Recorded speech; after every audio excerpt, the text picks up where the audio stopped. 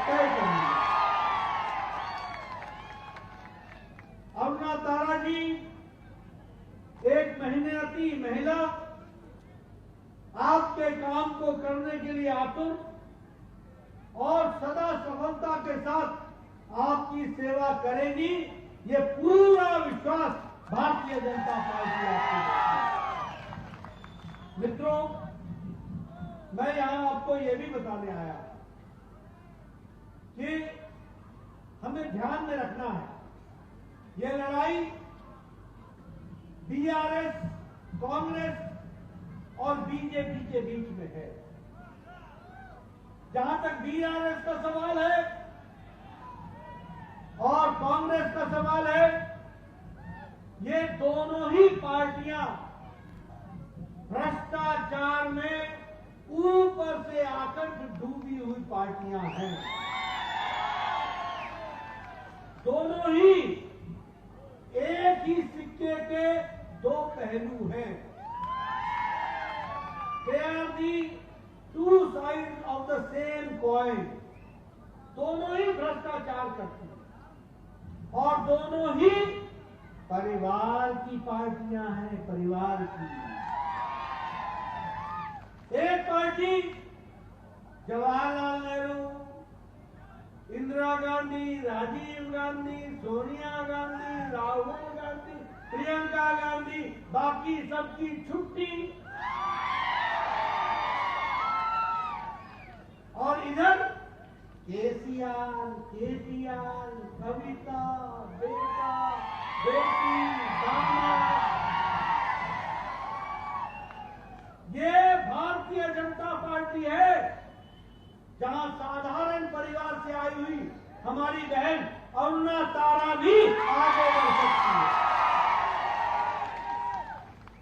दूसरी बात बताओ, जब मैं बोलता हूं भ्रष्टाचारी, कांग्रेस पार्टी भ्रष्टाचारी पार्टी, अनाचारी, व्यभिचारी, करप्शन, कमीशन, क्रिमिनलाइजेशन, और बीआरएस भ्रष्टाचार। बीआरएस का पूरा नाम मालूम है क्या है? मालूम है? भ्रष्टाचार रक्षासुधा समिति। ये भ्रष्टाचार रक्षासुधा समिति है, रक्षासुधा समिति है। यहां कोई शराब, कोई कोयला, कोई चावल, कोई लोहा, सब खा लेते। आप बताओ, कांग्रेस पार्टी ने पनडुब्बी वाला घोटाला किया था कि नहीं किया था? आप बताओ, हेलीकॉप्टर का घोटाला किया था कि नहीं किया था? 2G का घोटाला किया था कि नहीं किया था?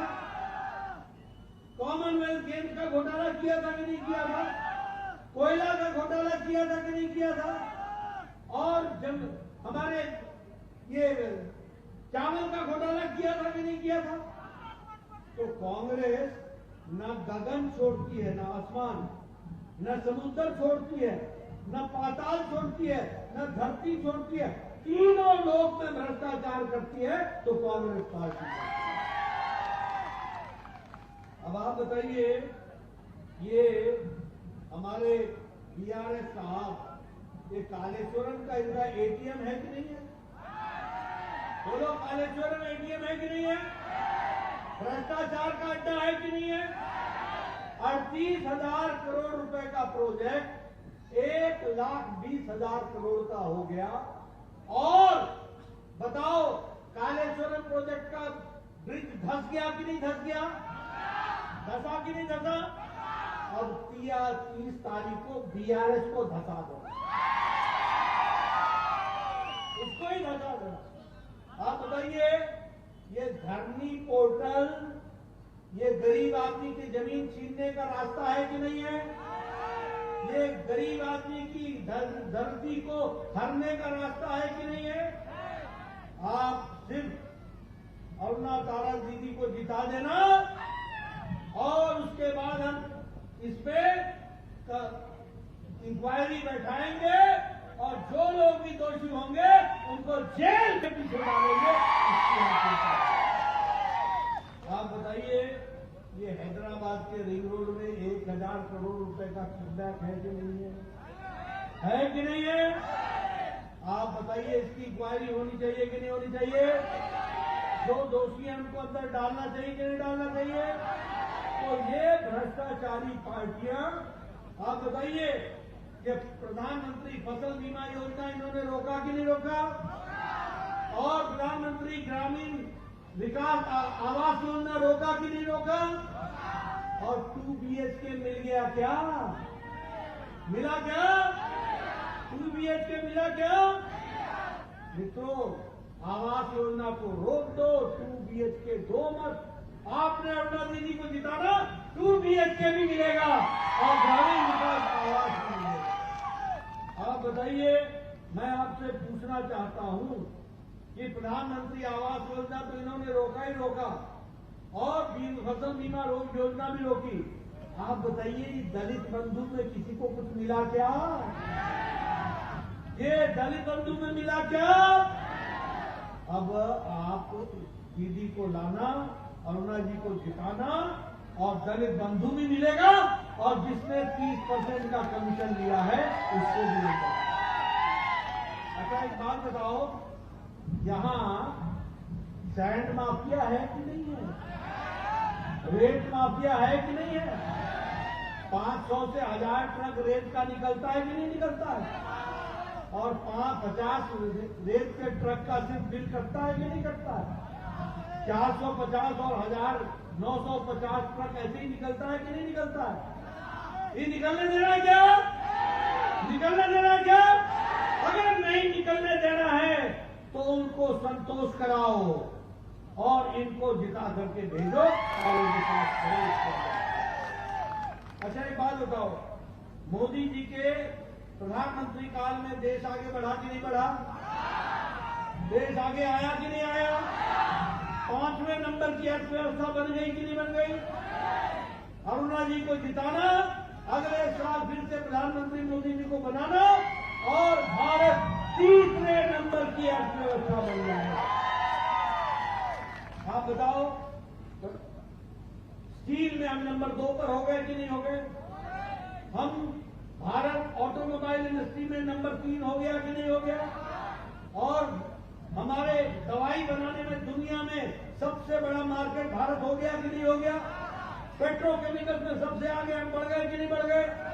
आप बताओ, आपके यहाँ वंदे भारत ट्रेन चल पड़ी कि नहीं चल पड़ी? हैदराबाद से तिरुपति चली कि नहीं चली? सिकंदराबाद से चली कि नहीं चली? हैदराबाद से बेंगलोर चली कि नहीं चली? आपके यहाँ नए रेलवे स्टेशन बन रहे हैं कि नहीं बन रहे हैं? आपके यहाँ इलेक्ट्रिफिकेशन हो रहा है कि नहीं हो रहा है? आपके यहाँ हाईवे बन रहा है कि नहीं बन रहा है? ये हाईवे आपको दिख रहा है कि नहीं दिख रहा है? ये मोदी जी ने बनाया है कि नहीं बनाया है? आप बताइए, मोदी जी का दूसरा नाम विकास है, विकास। और बताओ, प्रधानमंत्री गरीब कल्याण अन्न योजना में 5 किलो गेहूं मोदी जी का मिल रहा है ना? 5 किलो चावल मिल रहा है ना? 1 किलो दाल मिल रहा है ना? 13.5 करोड़ लोग गरीब की रेखा से ऊपर उठ गए। ये मोदी जी का विकास करने का तरीका। 9 साल पहले 9 years बिफोर तुम्हारे पॉकेट में जो मोबाइल होता था उस पर लिखा होता था मेड इन चाइना, और अब जो तुम्हारे हाथ में मोबाइल है उस पर लिखा है मेड इन इंडिया, और आगे लिखा होगा मेड इन भारत। ये फर्क है, ये विकास है। इसलिए मित्रों, अब एक तरफ आपको भ्रष्टाचार बीआरएस का दिखा दिया मैंने, एक तरफ आपको भ्रष्टाचार मैंने कांग्रेस का दिखा दिया, और एक तरफ मोदी जी का विकास दिखा दिया, तेलंगाना का विकास दिखा दिया। ये भी है आपको दिखाया। ग्रामीण सड़क 1500 किलोमीटर मोदी जी ने बना के दिए, 1500 किलोमीटर।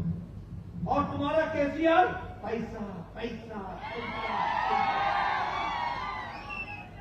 रुपया रुपया रुपया रुपया, और कोई काम नहीं।